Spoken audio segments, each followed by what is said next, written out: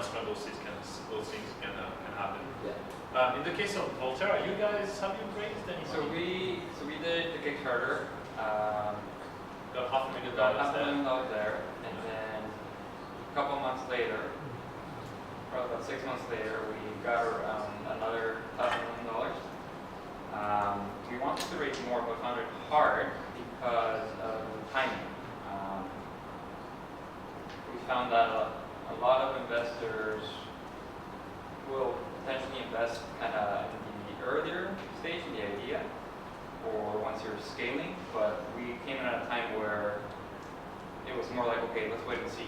Because, okay, these people... Okay, show me some numbers. Show me some numbers. They did their Kickstarter, they got a bunch of money there, I can see that, it's publicly available. But now, can they actually execute and ship it? And that's where a lot of companies struggle and fail, and that's why you hear about all the failed Kickstarters, right? Because they just don't know how to actually execute. And at that time, I mean, some people do a lot of pre-orders and can show at least demand, but you guys were really focused on the engineering, right? We were focused on engineering. We were taking pre-orders, but two things. We were not taking money at that point because whenever you take somebody's money through credit card, they can demand to have a return and you get charged a fee. So we said, you know what, we're not going to charge you any money until we're actually ready to ship. So we're getting some pre-orders, but we weren't getting any money. So all the money that we had was from that initial Kickstarter and the subsequent 500,000. Yeah. So, and then eventually we started shipping, and they were like, you know what, sales are picking up. This is actually kind of nice. So let's try and focus our money just on sales. Seems to be much easier or much more repeatable, I guess. Yeah. I was just gonna say, I don't want to turn this into an investment panel, but definitely the rich get richer, and I think a lot of people want to substitute venture capital for actual results. And the best thing you can do is just sell the product. Just sell the product, and then getting the VC money gets a lot easier. So that's something definitely. You're going up a very steep road if you don't have that traction. Yeah, no, that's a good point. Like venture capital can be addictive until it suddenly dries up, and then you realize that you haven't built a business to sustain your company. Was going the way of sales, and so with Volterra you actually had a bit of a challenge, if I remember, because focusing on the engineering, you were actually not selling that much. So you like, what was the wake-up call? Was it because you were struggling to find venture capital? Yeah, our pre-orders were low from the time we did the Kickstarter and the time we actually shipped, and that was very, very stressful. I guess that was we call it a dark moment where it was like, okay, we're making this, but is this the right thing? Why aren't we seeing sales? And it was just kind of really, we lost a little bit of confidence there. And then so we were wondering if your market wasn't maybe tapped out. Maybe we got lucky with the Kickstarter, right? But then we decided, no, you know what? You don't really have a plan B, so we need to sell this. We have an additional, 300, 400 units. We need to sell a crap out of them. So we buckled down and then actually started selling it, and that kind of solved our financing issue there. So you realize that when you sell, people buy. Yeah. When you put it on the store, people buy it. Oh. Okay. So basically, push some marketing. We pushed marketing. We did. Funnel. So something that we failed at the beginning was we hired a person for a role that we had not done before. And we were basically telling the person, okay, we built it, you figure out how to sell it. Obviously, or no, you built it, you figure out how to sell it to, how to market it to people, but we're not going to tell you which people to market to. That's your job as well, to figure it out. So like, figure out how to sell it and then figure out how to market it. And that failed horribly wrong. Like, that was really bad. So we're like, you know what, this is a person, a role that we hired that we hadn't done before. We as founders need to be able to do this. If we can't sell our own product, how can we expect someone else to do it? So that's what we started doing it, and started doing a phone call to people, doing demos, man chat, little by little sales started picking up. Since we're on the topic of sales, I have it for later, but since we're at it, Jason, how did you grow your sales? So it looks like your company has been just growing. and you're like a team of 100% Chinese people selling internationally. Like how does that work? So I think in the early stage, Kickstarter is our first step to sales. And Kickstarter helps us a lot, not only for the sales number, but also we got the PR. Many. So we are the first one, the first Chinese company that launched project on Kickstarter and got 1 million RMB. So this is so very over $100,050. Yeah. So crowdfunding at that time is not very popular in China. So many media report us. And so after Kickstarter, so we got some distributors. So you're talking about Chinese media? Yeah, Chinese they've been talking about this one Chinese company that did well on Kickstarter. Yeah.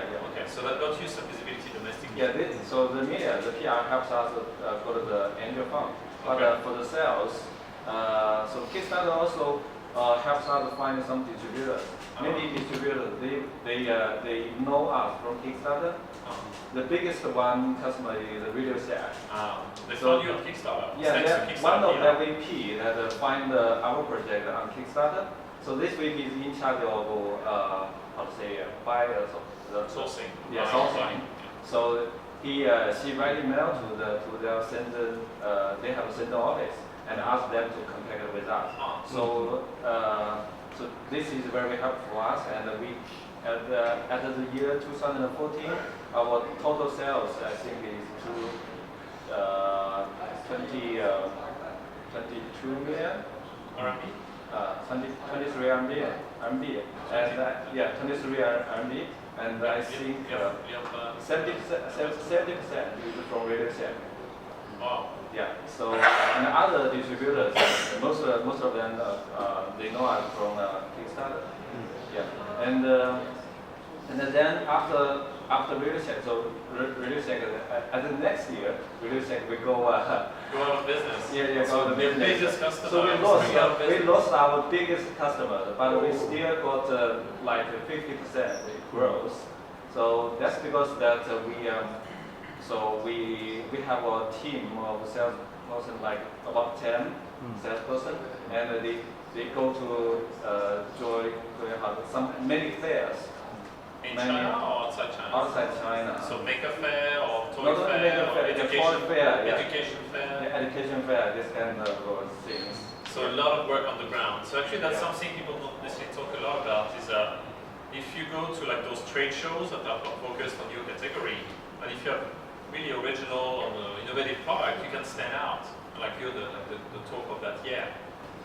Wow, so you send people all around the world to go to fairs and trade shows. Yeah, that's one side. Another side is that we sell from our own website. Yeah. We sell from some distributors' website. We sell on Amazon. So just make sure that if the channels that we can touch, and we will be there. So in I think that the year 2015 is the distributors. It's not most of the distributors. They come to find us. They contact us and yeah. But right now we need to go outside. Okay, so you change it a bit your distribution approach. Okay, that's really impressive, and especially like a company that is realizing that their biggest customer is going to go out of business like the next year. Yeah, it must be a pretty stressful moment. Yeah. So it's very hard. Whoa. Okay. We haven't got enough into dark moments. Yeah. So it's all about survival. I put morale here actually. So it's also important because there are dark moments as a founder. So Jason, you mentioned that when your biggest customer was going out of business, that was pretty stressful. So you guys at Sprite, you also had some difficult moments when you basically were kind of locked in with your product from Kickstarter, and you probably felt that you had to deliver. You had really little resources to do it. So what do you say were the dark moments, and how did you come through that, maintain morale? Yeah, I was half joking, but I think that a big part of a startup, especially in the beginning, and probably, I can't speak to your stage, but it's just energy. You have to have a lot of energy, and you have to have, morale is a good word, but I mean, if you just have good morale, like you want really great energy. And so get a lot done. I think at the early stage, it's easier to manage that energy with less people. When you start bringing people on, we found that something that's definitely a challenge, like keeping them motivated, making sure they see progress, because they're not as bought in as a founder. And if you have a lot of this extra weight that you're dragging with you, and if they don't see progress or they don't know where this is going, they don't have kind of that founder attitude that we're just going to make this happen no matter what. So I think definitely in the early days, one of the ways we kept it going, or one of the ways we kept morale high, is just to keep that circle really tight, really small. It was really about getting to that stage where you've created some value, you have some traction to whoever cares to give you money. And that's when other people kind of, you start to get that going, you can start to build around it. So I think that's really, really important, is that kind of energy and energy. So for Volterra, Jesus, you mentioned that, so you went through really like ups and downs, because when you launched your Kickstarter, what were your expectations in terms of results? We wanted to sell 100 units. That was kind of the... So how many units? That would be how much amount? That would have been around $150,000. And you ended up with? We ended up with around 300 units, and then we got $500,000. So that seemed like a really good result. Yeah, it exceeded our expectations, so that was good. I was happy. But now you needed to make 300 machines. But now we needed to make 300 machines.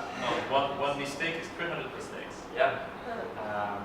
Yeah, we basically realized that the machine that we had launched with still needed a lot of work. We did do a couple of smart things where we didn't do 300 machines all at once. We did them in batches. We did first 50. Okay, everything's good. No, not really. We can change some things. Okay, let's do another 50. Okay, change some things, and then eventually build up the confidence to build that like a much larger batch. But then when you reached the moment where you had shipped all your units and you didn't have extra sales and you had some extra units, you were like, oh, well, another problem. So especially the problem that we encountered was two things. Was that sales were low when we hadn't shipped our units, and we had hired people, and we had 7 or 8 people, and they were looking to us for direction.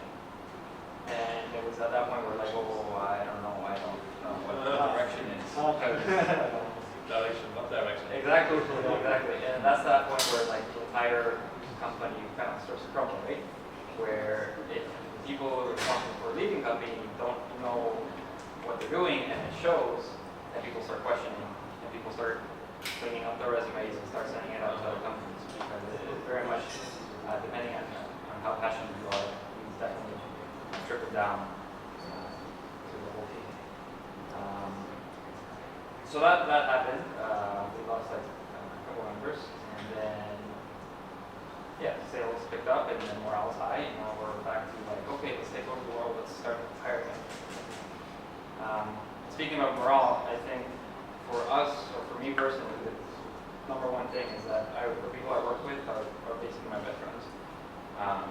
Like we go out not only to lunch, very, very regularly, but we go play pool, we have paintball parties, we have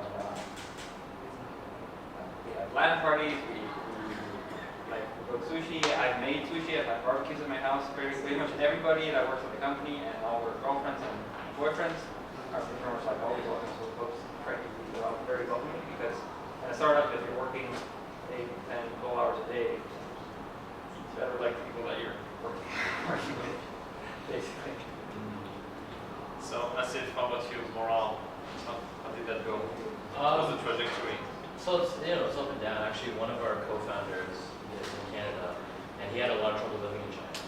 And so that was like he just has a general food phobia, and So he finds living in China very, very difficult. And so that was one of the biggest challenges we faced, was dealing with, he had some real restrictions on living in China. And so we had to kind of work around it. He puts in the extra hours, but he's obviously working remotely. And it definitely affects us, but it's something that we've learned to accommodate. And that's, it's a good and bad thing, because it's like, you're willing to sacrifice a little bit to make the team work. And I think with a good team, that's something that you would only do that for your best friends, for your good friends. And so we'll top your LAN party and we'll add board games. That's our thing. There's a game called Game of Thrones, which is pretty cutthroat, and also like Civ. So we've almost broken up the company over those board games. You gotta be careful when you choose your hobbies. Oh, totally. So it's a touch and go. But overall, that's the biggest thing is. You can try to save every dime, but then at the end of the day, like there's been a bunch of teams that we've seen where it's like they try to save too much money, and then that ends up creating strain inside your team. Because yes, you are spending 10, 12 hours a day with these same guys, and you also need to get that space, right? You also need that break. So it's a fine balance, being able to save the money, but at the same time be sane. So that's good. That's good advice. Okay, next, specs freeze. So this is the challenge for many creators, that they always want to do something better. Nothing is ever ready. Like earlier we were discussing, you're going to R&D, you don't know for how long. It's difficult to run a company when you go to R&D, you don't know for how long you're going to be there. So when do you decide that it's good enough that it's time to ship? Is it when you see the bank account like going to dry? Like maybe we can start with Jason. At what point did you decide your product was ready to be sold? So in the early stage, I have a very strict Standard. Yeah. But I know I need to see the situation, and but for us the product is not very complex. So we are not like building a 3D printer or other things. It's all built of blocks. So every block is so most of them are aluminum. They are mortals. For each blocks they are simple. And maybe there are some, so in the United States there are some, like the color is not the same. Like there are some small damages. But it will not influence the users. So the user experience is not bad. So I can ship. But nowadays our product is like AirBlock, this kind of things. Our users are not makers. So before, if our product are makers, if we have some problems or some issues on the product, they may fix it. But right now it's for ordinary consumers. That's to be much higher. Yeah. So we have our QC team. So a QC team to test. So for us, the very big change for us on the product development is that we have a big team on quality control, and we spend a very long time on test. And so right now,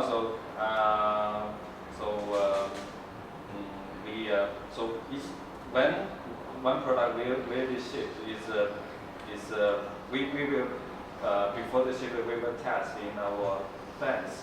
Maybe many people Like will beta testers. Yeah. That's good. And so one temptation for many startups is to add new features. Or there's always a better idea, always something you could add. It doesn't cost that much to add this function or that function. In the case of Voltaire, you guys are a PCB printer, but you're already doing not just PCB printing, you're also doing solder paste dispensing, you're doing reflows, like 3 machines in one. Yeah. So sometimes, are you not wondering whether you shipped like V3 before V1? No. Essentially, feature creep is a real problem, especially with us, I think.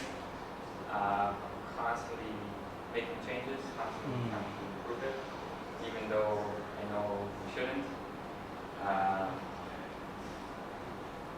really, really bad with us. We just can't like leave the design alone. We can't do that. We're trying to make small changes. So what was the deciding factor on your first product when you decided, okay, this is good enough to that question is very easy because you bought the parts, you have the parts, you can't afford to make these parts, so those parts are going out the door. So that's a very easy answer. Okay. But in terms of like the software, for example, the software, that one we're constantly trying to make improvements. Obviously, the people that got it earliest obviously get the worst experience. Yeah.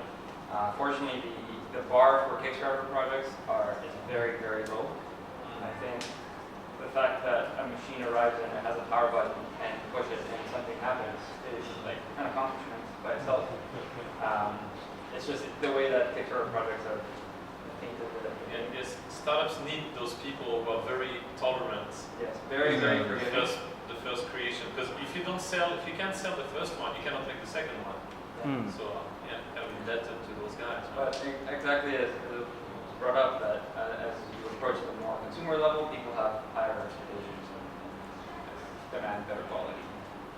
So you guys at Sprite, you have pretty like tech-heavy products, and people might be kind of surprised because you're like, oh, you're doing a cat toy, but then it's taking 2 years to do the like AI inside the thing. What did you decide was good enough to make that product? Like when is it like ready? So this was really, really hard for us, and I think what was hard was we could have definitely shipped something much simpler sooner, but we decided that simpler product would be too easy to copy. Oh. And so we kind of set our MVP at a spot where we thought it would be something really unique on the market no one had done before. And so that made things really hard on us. And then to raise money, we had to do something even more interesting because we had to show a certain amount of technological traction and things that the company had in terms of IP for people really to buy it. So it's kind of a really weird story where we're actually way beyond the cat toy internally just to get money to circle back and then make a cat toy. Finish the toy. Yeah. So we could have executed the toy much sooner, but our goal always was how do we survive?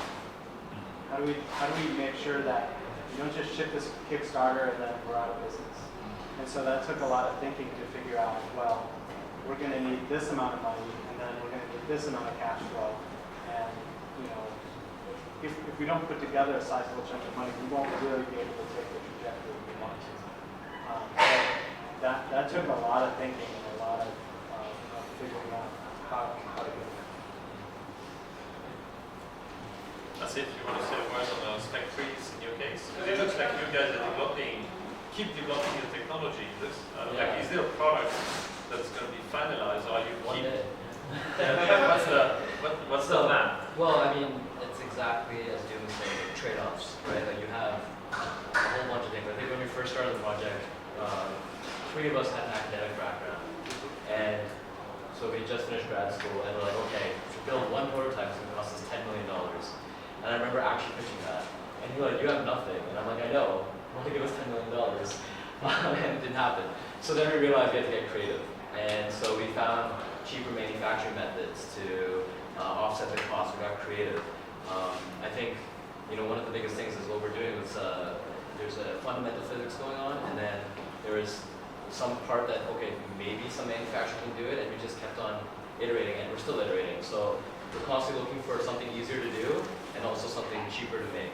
And it's constantly moving product. We do moving target. We do know where we want to be right now. We do have a strategy in place, but we're also ready to change that. That's the beauty of being a startup, right? Is that you can be dynamic, and if you find a better opportunity, you can just pivot right into it. All right. What do I have left on this? I think we covered already quite a lot of ground. Pizza's here. First sales, pizza's here is like very distracting. First sales, I think we covered that. Yeah, that's another thing that's not necessarily mentioned a lot, but matters, is where do you go for advice? So when you have to make key decisions, or when the morale is low, do do you have people you can talk to? You know, it's I'm not saying that just because you're like most of you first-time founders, but I have actually a really good friend. He's like mid-40s. He's a serial entrepreneur. Now he's a single founder, and his company is like has 100 people on the big cash flow issues, and asking the exact same question, and he didn't have really good answers. So what, like, do you have better answers? I think being in a small town, you'll run out of options fast, but people want to help you more than maybe if you're in New York City or San Francisco. You're kind of a medium-sized fish in a small pond, and so you can get resources that way when you're kind of starting small. In the community. Yeah, community. That's definitely something where if you're in a community where you conspire to create something that other people will try to support you. I don't know why, but it's a pretty amazing thing about entrepreneurship. So you put yourself out there in the community and go, oh, I get it, help you out. And we found that those resources really helped us. Really, that's how we got our grant money that we survived off of. Things like that is we're in a small community. People wanted us to succeed. So Jason, how about you? Like when times were like difficult with payment and cash flow, like did you have people you could discuss with? Other entrepreneurs or advisors? Pretty amazing college friends. I don't think I could have gotten that. That's pretty very small money, But I think for me, I'm not a social guy. So, but it's quite common in that crowd. Yeah, but I make I don't got much advance advice from others because maybe. I will join some event like many startup guys talk together, but I'm talking more like a regular person that you. Okay. No. But I guess when you started the kind of Shenzhen is great to make things, but the Shenzhen hardware startup scene is very young. There's not many companies that are doing that are doing better or even the same thing as you.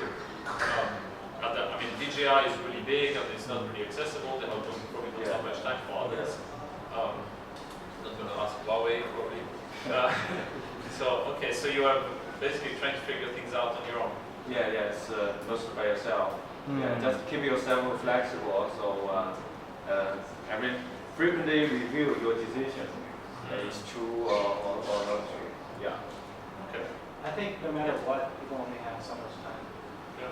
And at the end of the day, it's just really important that the family team is strong.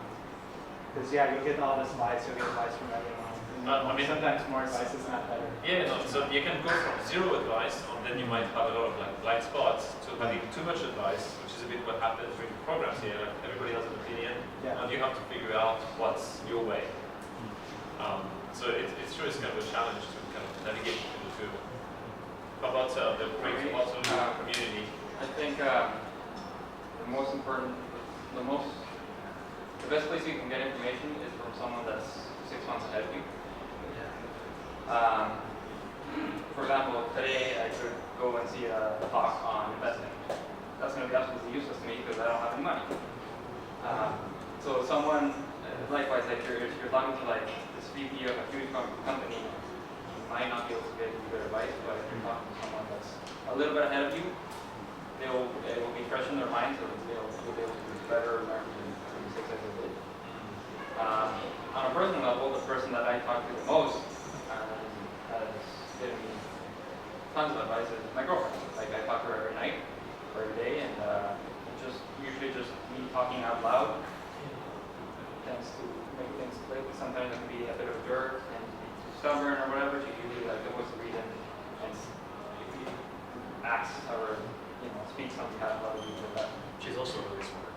apparently, that's another. Okay. Can we introduce other people to your girlfriend? Or advice? Okay, that's it, everybody? Audiobooks. Audiobooks? Yeah. So timeless, printed on the who has the most time to sit down and read a book? So I don't know, I like to read a lot, and then audiobooks are pretty casual, they're easy to get through, and you've got the best people giving usually, best advice, I always learn something. Either what not to do and not listen to them, or either what to do and listen to them. So I find those are good, and then I start talking to people, because I find it's like going to a lecture or a course, again, academic background, but you know, you go to a lecture and you'll get nothing from it if you're not prepared, right? I think doing a little bit of background reading, going through some of the basic topics, and then going to talk to somebody lets you be a little more critical of their advice and gets the most out of it. Okay, good. You must have been a very good student. Good, you must do one in the first place. Okay, so I think that's all the topics I had prepared for today. Really take some questions. If it doesn't have to distract me, I can take a few. Anybody has a question for panelists? Else? Maybe, right? Going on? Yes? For Jason, I'm pretty curious to know when you start to think to build the robots, you were thinking to build a company, or you start like a hobby, or I mean, you were focused to build a company, or you start like a hobby or idea? You mean When you started, was it already the idea of a business in your mind, a company? Yes, it's already a business. Yeah. So when I make the decision to quit my job and do these things, that I need to make sure that this business can grow big. Yeah. And from the beginning, you were very confident that it's gonna work, or you have your doubts. Yeah. So in the beginning, so when I look back, so in these years, so every big step is in my original plan. So like, for example, from the maker market to education market to consumer market, it's the first day that I do this, and I know I will go this pace, and yeah, you can start from a very niche market, but the niche market is not enough for you to grow. So when you talk with VCs, you need to tell about them a bigger market. So and you should know, like, for example, 3 years later, 2 years later, what you will do, and then you can prepare for what you are doing. Like you need to prepare for a long time for your like 2 years later target. Like, since you're Chinese, like a lot of families in China have a lot of influence on people's decision, and sometimes they're a bit not confident. If you quit your job, you had a good job, and then you want to do something crazy for what is that again? Okay, so what did your family say? So I didn't tell my family that I quit my job. You didn't tell your family you quit So your in job? the first year, They found out in the newspaper later? No. So every time they will ask me, how about the job, how about the salary? But it's only after I got the engine investor that I told them I quit my job. But my father, I think my father, he got some information that he gets. I may quit my job, but he didn't told me. It's just I don't want them to worry about me. Yeah. So you didn't tell them you got into HAX? Yeah. Keep it a secret. Okay. How about you guys? Is there like such a big support for like startups, entrepreneurship in the US and Canada that everybody was happy in the family? For me, it was they very much trusted me. Not only like I grew up in Mexico, so when I was time to go to university, I was looking at schools in the States, I was looking at schools in Canada, and my mom was like, you know, if you want to go to school here in Mexico, I'll take you, I'll drive you, I'll like give you a tour and like we'll do a tour and everything. But anything apart from that, I can't help you. So that was pretty much it. It's the school I went to, the degree I picked, jobs I had as a student, and then same thing with Like, okay, you do it. it's like they just trust me and like, okay, goodbye, see you later. That's it. Waterloo's got a really good entrepreneurship community. So our city is pretty, it's got a little bit of reputation. One of the big ones is BlackBerry, so that's bad news, but so it's pretty common. It's not Silicon Valley, but it's got its own community and its own interests. And So it didn't feel so risky or abnormal? I always made sure I had some source of income, and it was like, as long as I'm not borrowing money from my parents, I'm okay. So that was pretty much my one rule. If I need to borrow money, then I gotta think about what I'm doing. So all this online poker paid off? Yeah, man. It's not up. How about you, Michael? Because you have a little bit of a kind of funky background. So you were working, you studied all sorts of different things, and then you went to I think, yeah, my parents or my family is pretty much knows that he's going to do whatever I'm going to do. So they don't really approve or disapprove. I'm sure they would like if I had a more conservative lifestyle, but I think you kind of just got to get to that point. If you're not at that point, it's just too stressful. You gotta go all in, or not at all. I think a lot of our families probably would realize that we would be happy in our own job. And I think that in itself is the reason their support our endeavors. Okay, maybe one. Yes? For Jason, where did you get the angel investor from? China or outside China? China. Yeah, when I graduated from HAX, so we follow all 10 companies and go to San Francisco, talk with the angel investors in America.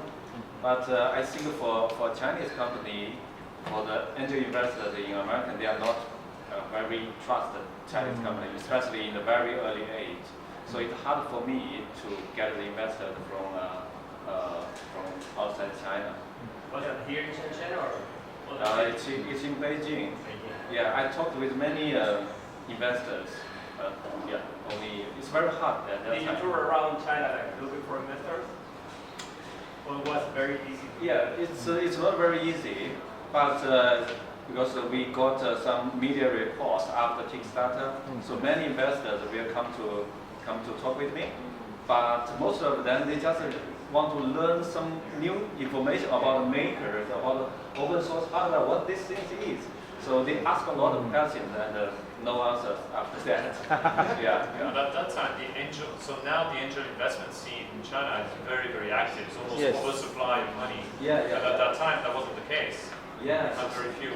Yeah. So at that time, the valuation of the company is very low compared to these days, and and also hardware at that time is not very popular. So most of the VCs are very interested in like grow up, this kind of company. What you said, just to a quick comment on the U.S. investors not being very trusting of Chinese companies because they don't really understand how things work on the market, on the dynamics. I remember there was a few years back meeting with Reid Hoffman when he was visiting China. He visited HAX. So Reid Hoffman is the founder of LinkedIn. And we had a chat with him, and he said, yeah, like a year or two ago, I met with this guy. He wanted to do a smartphone company, but I was the only foreigner. I didn't really feel like it. So he actually turned down a legion with money to show me. So I was probably a bit upset about it, but I did well after. That's okay. Okay, so maybe one last question. Okay, very quick, quick answers to the Okay. yeah, Yes, I ask for Jason. Your team is more grown and many different flavor in your teams. And I saw the Airblocks and CodeBot is very different from the MakeBlock. But still your idea or different employee and you are authorized? So for me, I'm the biggest product manager in my team. So every product, like Airblock, like a Neuron, like CodeBot, and Mbot, this kind of. So I make the big decision, and then they just follow the So you're the guy inventing, deciding of the creation of every product and coming up with a product plan. Yeah. So this is very important because the company's direction is very, very important. You can't take risk at this. But we actually we got some failure products like CodeBot is for us is a failure. Yeah. But there's a little self-balancing toy robot. But it's not successful for us. Yeah. There's similarities between your company and Cerebral, I think. Yes. I don't know if you met a Japanese company that makes a lot of niche products, really quite innovative, and they work with Shenzhen a lot. Maybe we'll introduce you at some point. Okay. Final question. I think you had one. So Team Meltdown is the biggest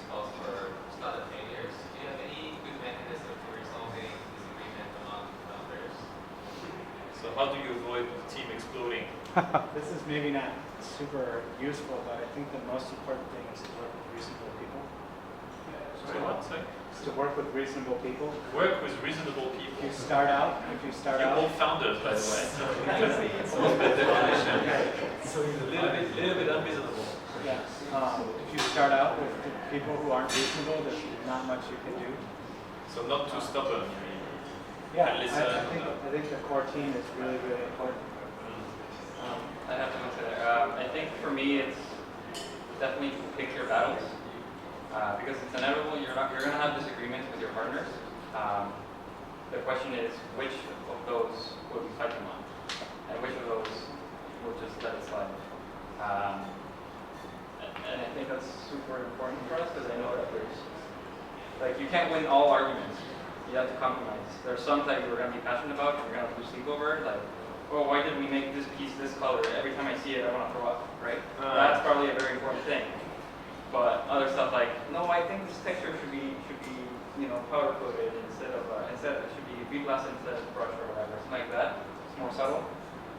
Sure, it might bother you as a designer. It's like, this is the most important thing in the world. I wish I had these kind of At the end of the day, it's like it's not really a big deal. So you don't fight them on that. You've been well trained. Yeah. You can't win all arguments. I think the first thing is to take a step in their shoes. Make sure, understand where they're coming from, why they think what they think, and make sure they understand why you think what you think. So always take that 2 seconds to make sure you're both on the same page, or all of you are on the same page. And the other thing is this a now problem or is this a tomorrow problem? I think at least sometimes in our case and a bunch of other times, is this something that we really need to worry about right now, or is there more pressing issues? So not only figuring out that from what direction they're coming from, but also how important is this to be dealt with right now. Sometimes all you really need to do is sleep on it, and that's usually the best solution. So Jason, your case is a bit different because you're a single founder, but maybe you're trying to get other people to level up on be more involved in decisions. How do you manage that? You should be very, very careful about it. So before I have a COO, I feel CEO is very lonely. I need a COO. Yeah, so I find one. You look for a CEO. COO. COO. Okay, yeah, you look for COO. Yeah, but it's not a very. So the CEO. So this is it's in the year 2015, and so my suggestion is that if you want to use one person, so not give him a big title in the beginning. Okay. So step by step, so higher, and if in startups, title is the cheapest thing you can give. So sometimes you give a big title, not so much money. But if you're growing, you have 10 people and then 100 people, so you may have to hire a very better guy. Yeah, better guys. Yes. At that time, that situation, it will be very hard for you. And I think another thing that you make the decision. And so when I have a COO, so sometimes the company have two voices. Yeah, I want to do this, and others will not. So they have different opinions. So if you insist on this, and you ask the team to follow this way, but he will also this way will not work. A lot of negative information. So this will make the team very dangerous. So in the year 2015, it's very hard for me because it's just like you drive the car, but some other guys want to take over the wheel. Yeah. So after that, I make the decision that ask him to quit the company, but it also hurts the company. So many people that go close with him also quit the company. And did they start another company? Did they start another company? Yes. Okay. Start a new company, and they also. So this guy, he always said some bad words for me, and so to encourage the people in my company to leave and to join his company. Oh, wow. So the thing, it sounds like you promoted him too fast. Yeah. And if you hadn't done that, maybe you could have grown nicely and still be in the company now. Yes, because you grow very fast. Like maybe in this year you have 20 people. You work very closely with them. Yeah, you eat together, talk a lot. But when you got 100 people, these 20 people, they will feel some kind of ignore you. They will feel you ignore them. Yeah.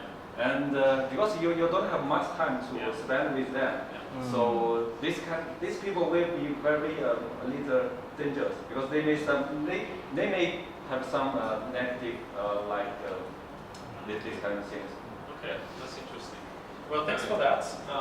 I think we're going to wrap up here the Q&A. Yeah. So if you want to shoot an email for like any information about HAX, feel free. And let's give a big hand to our panel. Yes.